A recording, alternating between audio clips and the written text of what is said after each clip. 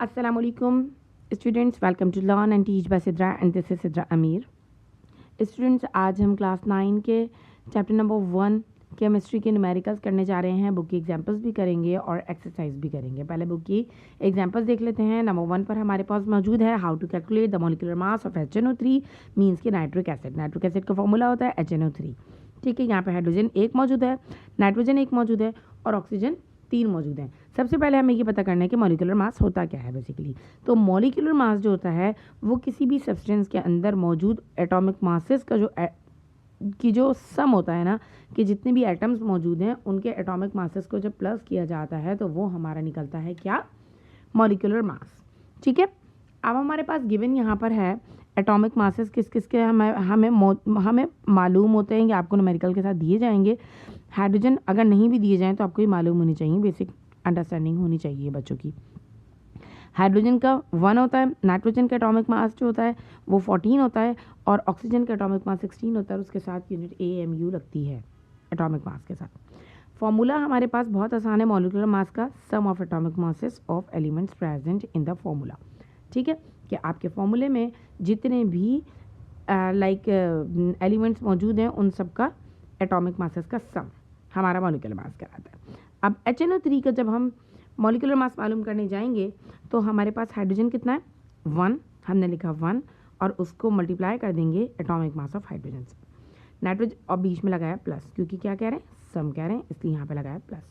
अब यहाँ पे नाइट्रोजन है, नाइट्रोजन कितने 1, आगे पीछे कुछ नहीं लिखा ना तो 1 है। ठीक है, और इसका एटॉमिक मास जो भी होगा हमने अंदर लिख दिया एटॉमिक मास ऑफ नाइट्रोजन है। ठीक है, प्लस लगाना है बीच में क्योंकि यहाँ पे हमारे पास फॉर्मूले में सम मौजूद है तो हमने यहाँ पे प्लस लगाया। और फिर उसके बाद यहाँ पर कितने ऑक्सीजन मौजूद हैं, 3 ऑक्सीजन मौजूद है नीचे, इनके साथ कुछ भी नहीं लिखा हुआ था ना, इसके साथ हमारे पास दिया गया है कि ये कितना 3 है। सबस्क्रिप्ट आपको यहाँ पर दिया गया है 3 है, 3 आपने बाहर लगाया और वो क्या हो गया आपका एटॉमिक मास ऑफ ऑक्सीजन आपने ब्रैकेट में कर दिया अंदर।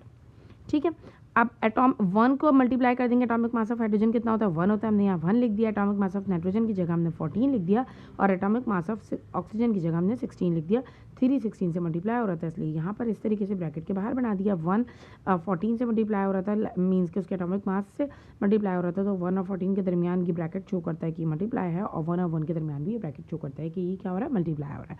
1 1 आर 1, 14 1 आर 1 एंड 33 को 16 से मल्टीप्लाई करेंगे तो आंसर आता है 48 और जब 1 14 और 48 को मल्टीप्लाई करते हैं तो आंसर आएगा 63 AMU। ऑलराइट, ये हमारा आंसर है मीन्स की molecular mass of HNO3। Second की तरफ जाते हैं।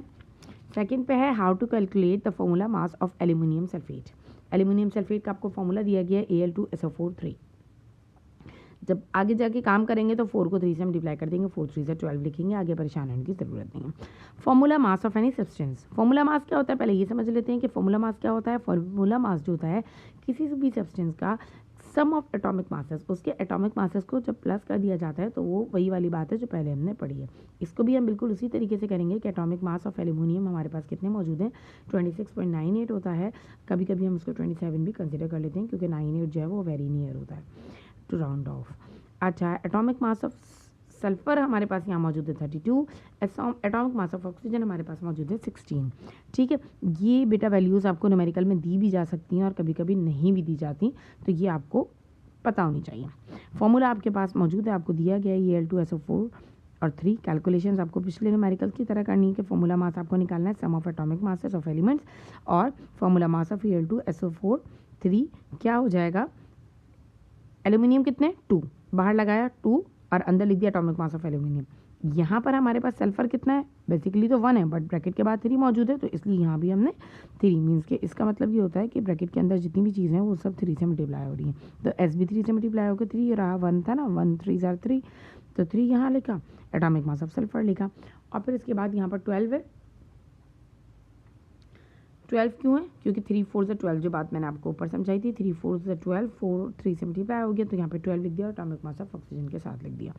अब हमने इनकी वैल्यूज़ पुट करना शुरू की। आपको फॉर्मूले में दिया गया है कि Al2 की क्या वैल्यू है, एल्यूमिनियम की क्या वैल्यू है 26.98, इसको यहाँ लिखा, 2 हमारे पास यहाँ से मौजूद था और 26.98 हमने यहाँ से लिखा, दोनों को मल्टीप्लाई किया 53.96 आया। बाद में करेंगे मल्टीप्लाई, पहले मैं आपको ऊपर वाला स्टेप समझाती हूँ।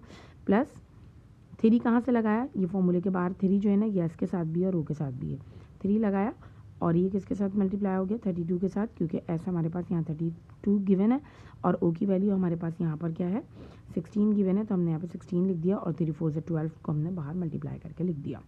सही है। अब हमने क्या किया, 2 को 26.98 से मल्टीप्लाई किया 53.96 आया, 3 को 32 से मल्टीप्लाई किया 96 आया, 12 को 16 से मल्टीप्लाई किया तो 192 आया। तमाम चीज़ों को आपस में प्लस किया, मीन्स के हमने ऊपर जब बताया था कि सम जो होता है वो एटॉमिक मासेस का कहलाता है फॉर्मूला मास। तो अब इन सबको सम किया, इनका प्लस किया तो आंसर आया 341.96 AMU। ठीक है, ये हमारा हो गया फॉर्मूला मास। अब इसके बाद है हमारे पास एक और, आपको एक्सरसाइज में भी फॉर्मूला मास कैलकुलेट करने के लिए कहा गया है। एक सेकेंड, हाथ के हाथ ये भी कर लेते हैं एक्सरसाइज के क्वेश्चंस। अभी हमने फॉर्मूला मास पढ़ा है तो अब फॉर्मूला मास हम इसका निकाल लेते हैं। कैसे निकालेंगे, बहुत आसान है। फॉर्मूला मास ऑफ Al2O3 हम पीछे कर चुके हैं। फॉर्मूला मास लिखते हैं हम,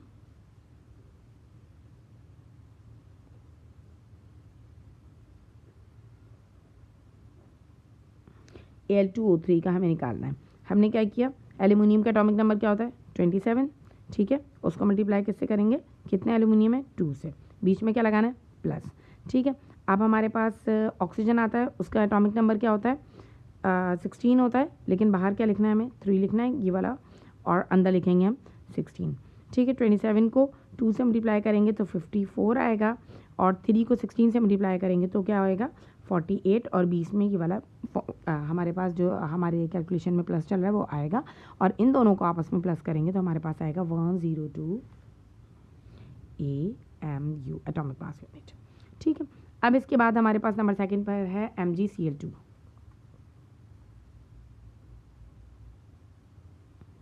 फॉर्मूला मास ऑफ MgCl2, वो क्या करेंगे हम, Mg हमारे पास कितना होता है, यहाँ पर कितना है 1 है, ठीक है, बाहर 1 लिखा। Mg का हमारे पास एटॉमिक मास जो होता है वो क्या होता है हमारे पास, Mg का 24 होता है और बीच में प्लस लगाया।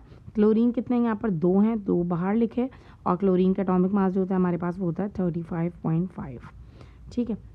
24 1 से 24 और 2 को 35 से मल्टीप्लाई किया तो 35.5 से मल्टीप्लाई किया तो 71 आया और इन दोनों को जब आपस में प्लस किया तो हमारे पास क्या है 95 AMU, ठीक है। अब इसके बाद हमारे पास नंबर थर्ड पर आता है NaCl।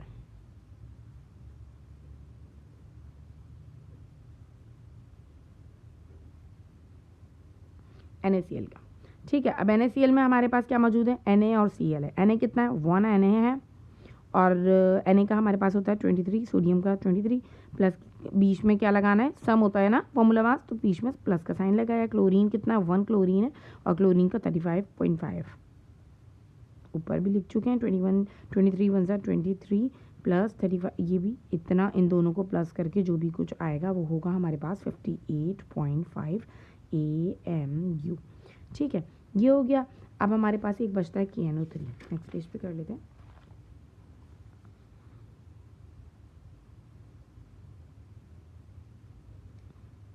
KNO3 का, ठीक है। अच्छा, अब KNO3 जो है आपके पास मौजूद है पोटेशियम कितना है यहाँ पे 1 है, 1 से बाहर 1 बाहर लिखा और अंदर उसका एटॉमिक मास लिखा जो कि 39 होता है। फिर प्लस किया हमने, नाइट्रोजन कितना 1 है और कितना होता है इसका 14 होता है एटॉमिक मास, बीच में फिर प्लस लगाया। कितने, ऑक्सीजन में 3 है और ऑक्सीजन का एटॉमिक मास होता है 16, सही है। 16 को 3 से मल्टीप्लाई कर देंगे, 39 को 1 से किया 39 प्लस 14 1 सा 14 प्लस 3 को 16 से मल्टीप्लाई करते हैं तो हमारे पास आता है 48 101 AMU। बेटा चैनल को सब्सक्राइब ज़रूर कीजिएगा, वीडियो को लाइक और शेयर करें और कमेंट्स में बताइएगा कि आपको वीडियो कैसे लगी, ठीक है। ये हमारे पास एटॉमिक मासेस आ गए। इसके बाद हम पता कर लेते हैं मॉलिक्यूलर मास भी हम पढ़ चुके हैं पिछले न्यूमेरिकल में, वो शायद मैंने आपको, हाँ मॉलिक्यूलर मास भी अभी नाइट्रिक एसिड का करवाया ना, तो अब इनके हम निकाल लेते हैं मॉलिक्यूलर मास।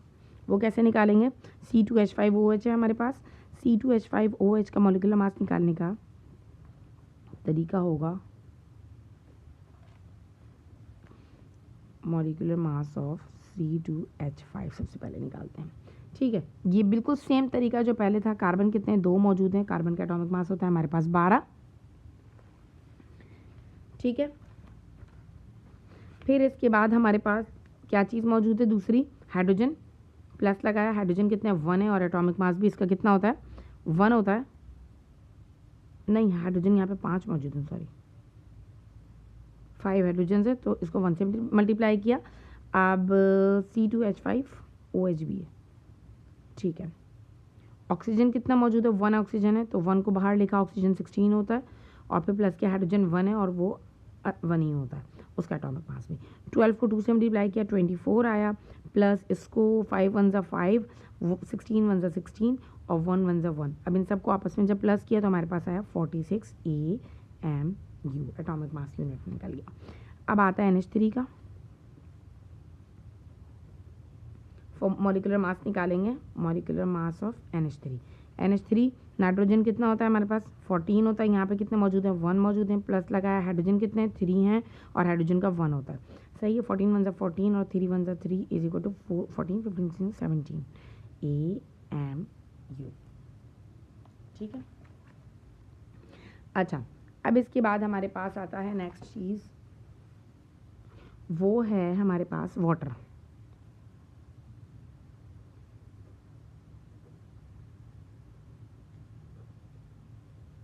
मॉलिक्यूलर मास हमें किसका निकालना है, वाटर का निकालना है। तो वाटर के लिए हमारे पास है हाइड्रोजन कितने हैं, यहाँ पर 2 हाइड्रोजन मौजूद हैं, सही है, और हाइड्रोजन का एटॉमिक मास 1 होता है, प्लस लगाया, ऑक्सीजन कितना 1 है और 16 होता है, सही है, तो 2 + 16 किया, 16 17 18 आ गया AMU के साथ। ठीक है, एक और मौजूद है कार्बन डाइऑक्साइड का, वो भी बहुत आसान है, मॉलिक्यूलर मास ऑफ CO2। ठीक है, कार्बन डाइऑक्साइड, कार्बन कितने मौजूद है 1 कार्बन मौजूद है और 12 होता है एटॉमिक मास इसका, प्लस लगाया, ऑक्सीजन कितने 2 मौजूद है और 16 होता है, 16 2 ज़ा 32 प्लस 12 1 ज़ा 12 एंड इन दोनों को जब 2 2 4 और 3 1 4 44 AMU। ठीक है, ये आपका निकल गया molecular mass of carbon dioxide और ये हमारा हो गया आंसर। अब हमारे पास नेक्स्ट न्यूमेरिकल्स आते हैं, कौन से, नंबर ऑफ मोल्स।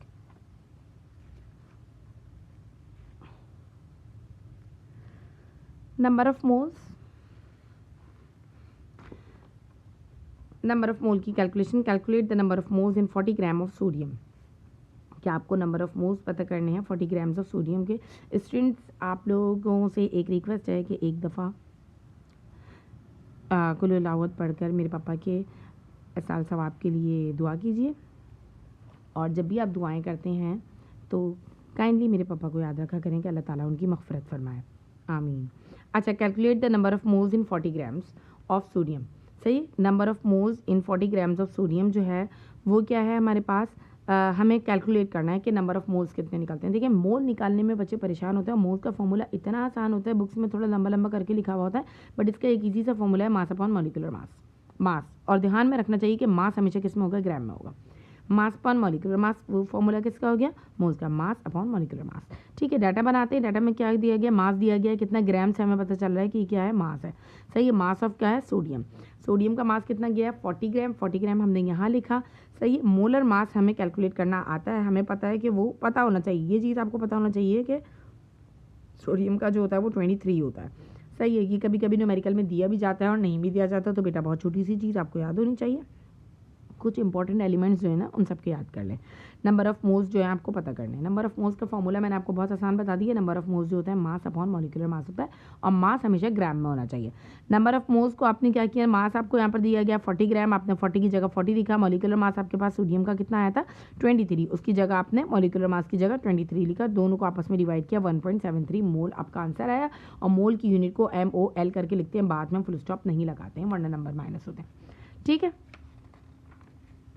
अब इसके बाद हमारे पास एक्सरसाइज में भी कुछ मोल्स के, हाँ, H2SO4 40 ग्राम ही दिया गया आपको इसमें भी, और 40 ग्राम मोल्स आपको पता करने हैं कि 40 ग्राम्स ऑफ H2SO4 यानी कि सल्फ्यूरिक एसिड में कितने मौजूद हैं।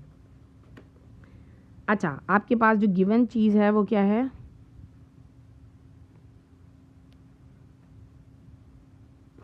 गिवन आपको है यहाँ पर मास ऑफ H2SO4 दिया गया है जो कि है 40 ग्राम। ठीक है, अब आपको पता ये करना है कि मोलर मास को मोलर मास भी कहते हैं। ठीक है, molar mass of H2SO4 is equal to क्या निकलेगा, पहले जैसे हम कैलकुलेट करते आए ना पिछले फॉर्मूले में, हाइड्रोजन कितना होता है, हाइड्रोजन कितने मौजूद हैं, 2 हाइड्रोजन मौजूद है, 1 होता है। ठीक है, बीच में लगाया प्लस, सल्फर कितने 1 मौजूद है और सल्फर का एटॉमिक मास होता है 32। सही है, और ऑक्सीजन कितने मौजूद हैं, 4 मौजूद हैं और ऑक्सीजन का होता है 16। अब जब आप इन सबको आपस में मल्टीप्लाई करते हैं ना, 16 को 4 से, 32 को 1 से और 2 1 2 प्लस 32 1 32 और 4 को 16 से, 16 4 4 6 24 4 1 4 5 6 64 और इन सबको जब आप आपस में प्लस करेंगे तो आपके पास 98 ग्राम आ जाएगा। आपके पास क्या आ जाएगा, 98 ग्राम आ जाएगा। सॉरी कैमरा उधर हो गया था, कैमरा नहीं सॉरी कॉपी उधर हुई थी। अच्छा, ये H2SO4 का निकल गया आपका, कि आपने उसका मोलर मास निकाल लिया। अब आपको रिक्वायर्ड क्या चीज़ है, मैं मार्कर्स यूज़ नहीं करी वरना वीडियो बहुत लंबी हो जाती है। अच्छा, रिक्वायर्ड आपके पास है नंबर ऑफ मोल्स, आपको पता करना है, नंबर ऑफ मोल्स आपको पता करना है। नंबर ऑफ मोल्स का फॉर्मूला मैंने आपको बताया है, number of moles is equal to mass in gram upon molecular mass, mass in gram upon molecular mass. अच्छा, अब आपके पास मास इन ग्राम यहाँ पर कितना मौजूद है, 40 और मॉलिक्यूलर मास कितना था आपके पास 98। दोनों को डिवाइड किया, आंसर आया 0.4081, 0.4081 और साथ में आपके पास क्या है, ये क्या नंबर ऑफ मोल्स है। ठीक है, हो गया, ये हमारा ये आंसर हो गया।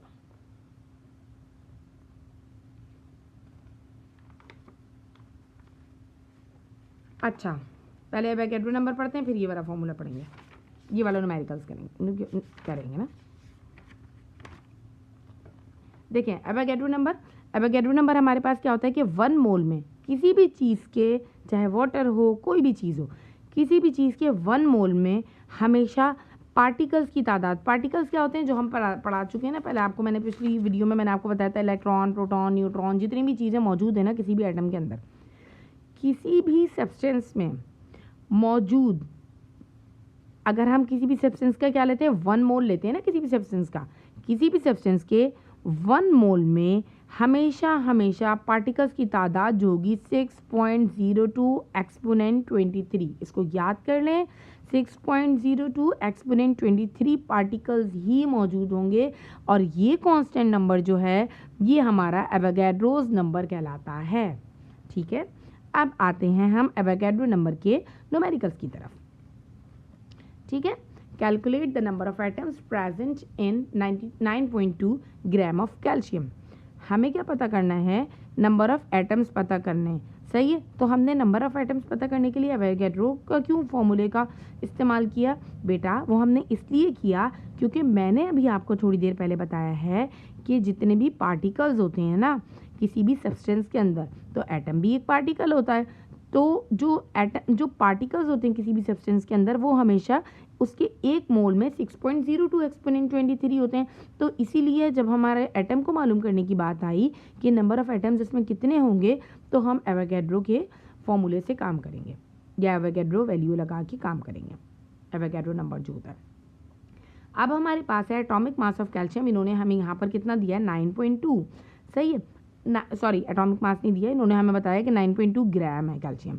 अब एटॉमिक मास ऑफ कैल्शियम हमारे पास होता है 40 AMU। अब हमें ये पता करना है, लाजमी सी बात है, अभी हम ऊपर पढ़ चुके हैं कि किसी भी सब्सटेंस के 1 मोल में पार्टिकल्स होते हैं 6.02 एक्सपोनेंट 23, तो ये भी वही चीज़ है, कोई ना कोई तो ये क्या है सब्सटेंस है ना कैल्शियम, तो कैल्शियम के भी 1 मोल में कितने पार्टिकल्स होंगे 6.02 एक्सपोनेंट 23। सही है, अब हमारे पास क्या है, इसके 1 मोल में हमने कहा कि 40 ग्राम्स होते हैं। कितने ग्राम्स होते हैं 1 मोल में, कैल्शियम के 40 ग्राम है, विच हैज़ इतना एटॉमिक नंबर ऑफ एटम्स इसीलिए हम कह रहे हैं कि हमें दिया गया 9.2। अब हम आते हैं अपने क्वेश्चन की तरफ। 9.2 ग्राम ऑफ कैल्शियम में कितने होंगे, हम उसको डिवाइड कर देंगे 40 से। कैल्शियम का एटॉमिक मास जो है वो क्या है 40। कैल्शियम का एटॉमिक मास यहाँ क्या दिया गया है 40 दिया गया है। हम 9.2 हमें फॉर्मूला में गिवन है, 9.2 को जब इससे मल्टीप्लाई करेंगे और उसको हम 40 से डिवाइड करेंगे तो हमारे पास जो चीज़ आएगी वो हमारा आएगा कि 9.2 ग्राम ऑफ कैल्शियम में कितने एटम्स मौजूद हैं, इतने एटम्स मौजूद हैं। ठीक है, ये हमारा आ गया क्या, नंबर ऑफ एटम्स मालूम करने थे, नंबर ऑफ एटम्स हमें पता चल गया। अब क्या पता करना है हमें, calculate the number of moles. अभी हमने एटम्स पता किए ना, अब हमें मोल्स पता करना है किसमें, के number of molecules present in 8 gram of C6H12O6 के। अच्छा, डाटा है, हमें क्या पता करना है, नंबर ऑफ मोल्स पता करने हैं और नंबर ऑफ मॉलिक्यूल्स भी हमें इसके साथ पता करने हैं। और मास ऑफ C6H12O6 हमें दिया गया है कितना, 8 ग्राम्स। कितना मास दिया गया है, 8 ग्राम का। अब हमारे पास मॉलिक्यूलर मास क्या निकलेगा, C6H12O6 का हम पहले कर चुके हैं। मॉलिक्यूलर मास उसी तरीके से हमने निकाला, कितना आया 180 ग्राम। अब इसके बाद हम सॉल्यूशन करते हैं। मोल्स मालूम करने का तरीका हमारे पास है, moles is equal to mass upon molecular mass. हमने उसी फॉर्मूले से क्या किया, 8 को मास की जगह पे 8 लिखा, यहाँ पर हमें गिवन है, और मॉलिक्यूलर मास हमारा 180 हमने कैलकुलेट किया, उसकी जगह हमने 180 लिखा, तो हमारे पास 0.0444 मोल्स आ गया।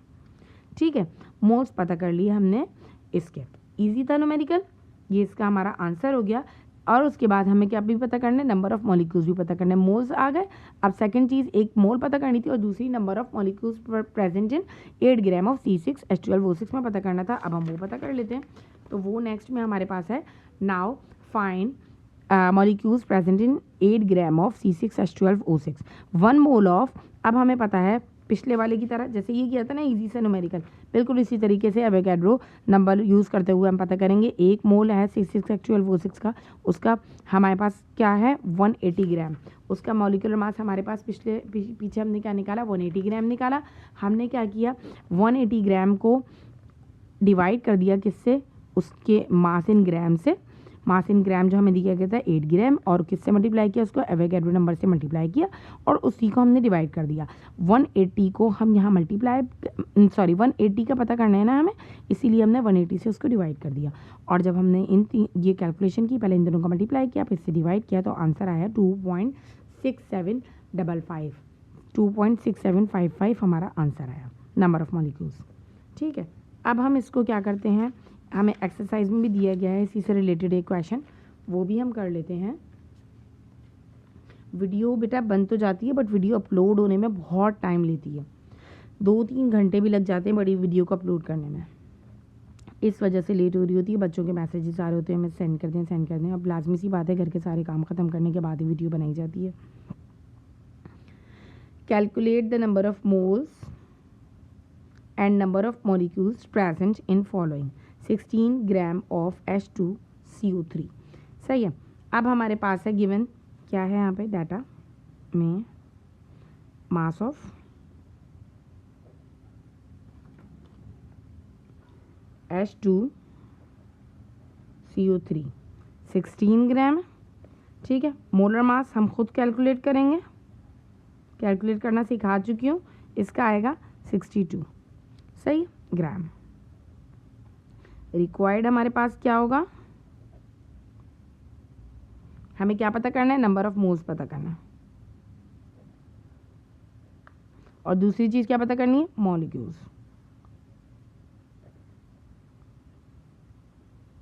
नंबर ऑफ मोल्स पता करने और नंबर ऑफ मॉलिक्यूल्स पता करने।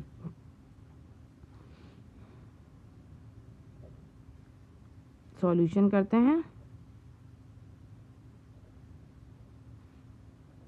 मोल्स है, mass in gram divided by molecular mass. ठीक है, अब हमारे पास मास कितना है, 16 है, 16 ग्राम में मॉलिक्यूलर मास कितना है, 62 है। ये तो बहुत आसान सी चीज़ हो गई, 2580 ये नंबर ऑफ मोल्स निकल गए। अब इसके बाद नंबर ऑफ मॉलिक्यूल्स निकालने हैं।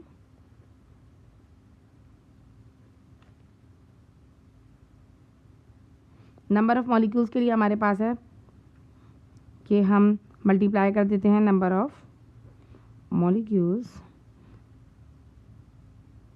को is equal to number of moles को मल्टीप्लाई कर देंगे एवोगैड्रो नंबर से, जिसको हम Na से डिनोट कर देंगे। मैंने आपको बताया नहीं, अब बता रही हूँ। अच्छा, अब नंबर ऑफ मोल्स हमारे पास यहाँ पर नंबर ऑफ मोल्स कितने थे, अभी हमने पीछे कैलकुलेट किए 0.2580, ये हमने यहाँ पर कैलकुलेट किया था 0.2580। ठीक है, इसको हम मल्टीप्लाई कर देंगे एवोगैड्रो नंबर जो हमें अंडरस्टूड है 6.02 एक्सपोनेंट 23। ठीक है, दोनों को मल्टीप्लाई किया, आंसर आ जाएगा। अच्छा, इसको मल्टीप्लाई करने का तरीका क्या होता है, इसकी बेसिस जो होती है ना उनको सिर्फ मल्टीप्लाई कर लें आपस में और एक्सपोनेंट वही वाला लगा दें तो ये कैलकुलेट हो जाता है।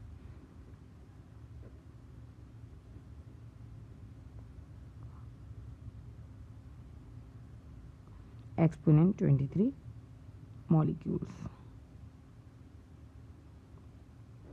ठीक है, तो ये हो गए यूनिट नंबर 1 के तमाम न्यूमेरिकल्स। ठीक है बेटा। अच्छा, चैनल को सब्सक्राइब करें, वीडियो को लाइक करें और मेरे पापा को दुआओं में याद रखें और मुझे भी दुआओं में याद रखें।